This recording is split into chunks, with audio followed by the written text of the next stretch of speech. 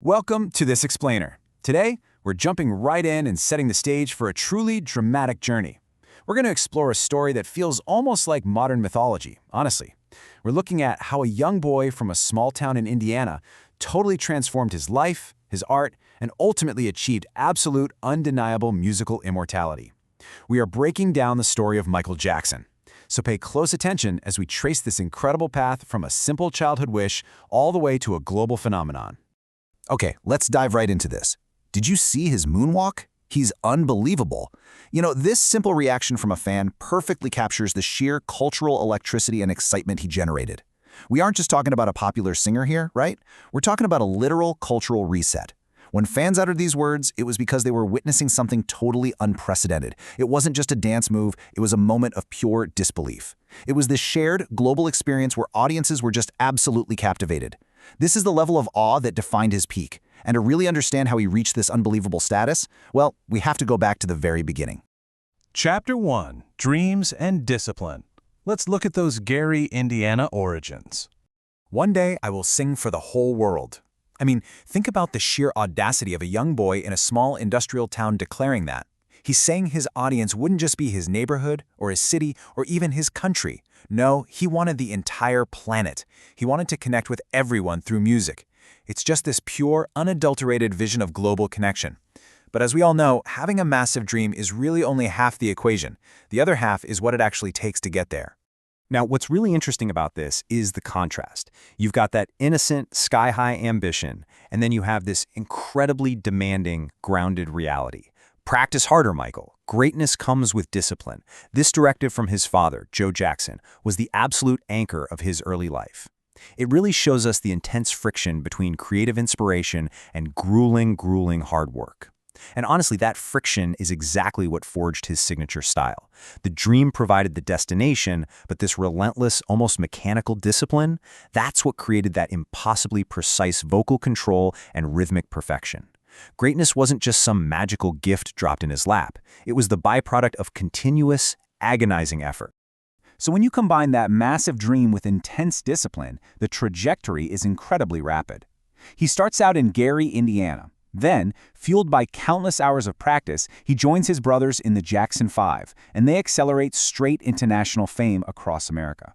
The tension between his father's strict demands and his own evolving creative spirit literally propelled the group right out of their hometown and thrust them entirely into the national spotlight. Part 2: Rise of the King.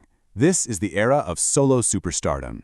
Let's move to the music and see how this builds. Because the foundation was laid, the discipline was instilled, and man, the solo era absolutely exploded. Thriller, Beat It, Billie Jean. As he grew older and stepped out alone, his albums didn't just do well, they became monumental cultural pillars.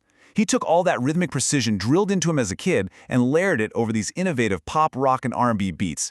These were the sounds that made the entire world stop and listen. They literally became the universal soundtrack of a generation. And the result of that massive musical explosion? He was officially crowned the King of Pop. And this wasn't self-appointed. It was bestowed upon him because his influence had simply outgrown any standard metric of success. He was royalty in the realm of popular music. But, as is usually the case, wearing a crown is rarely as glamorous as it looks from the outside. Chapter 3: Pressures and Philanthropy. The heavy dualities of peak fame. So the crucial point is this. The higher you climb, the thinner the air gets. On one side, you have the ultimate triumph, right? Global fame and unparalleled success. But on the exact opposite side of the ledger, you have hidden struggles and extreme pressures. The isolation of being the most famous man on earth meant his life was lived entirely under a microscope. It's a pretty powerful reminder that the people who entertain us the most often carry weights that we can't even see. That same intense focus that built his career began to amplify the overwhelming pressure of actually maintaining it. Yet despite all those immense struggles, his core motivation remained remarkably pure. He said, "I just want people to feel happiness through music." And honestly, that tells us everything we need to know about his underlying drive. The pressures didn't extinguish his childhood dream, they actually clarified it. His core desire remained to heal, to uplift, and to bring joy to others through the art form he had dedicated his entire life to mastering. And he didn't just talk about it either. He operationalized it in very concrete steps. Step 1. Creating music. That was the fundamental platform of his influence. Step 2, doing charity work. He used his vast resources, his wealth, and his attention to physically help those in need all across the globe. Which naturally leads us to Step 3, inspiring millions. Through his songs and his dedicated philanthropic efforts, he built this incredible engine of inspiration that resonated in literally every corner of the world. Chapter 4. An Immortal Legacy. Let's look at the echo into the future. And this brilliantly illustrates how that life echoes forward. Just listen to the crowd still chanting, "Long live the King of Pop." Even though he's physically gone, the enduring dedication of his fans proves that his music genuinely lives on in their hearts. The physical journey that started in Gary ended, but the emotional and cultural connection he forged with audiences everywhere, that remains incredibly vibrant and alive. The fans' voices ensure the legacy continues to breathe. Which leaves us with this final, profound question to ponder. How does music grant us immortality? I mean, really think about that for a second.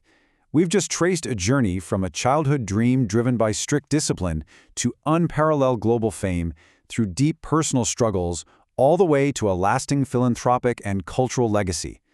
Michael Jackson's specific journey perfectly reflects our own universal human desire to leave a lasting, positive mark on the world.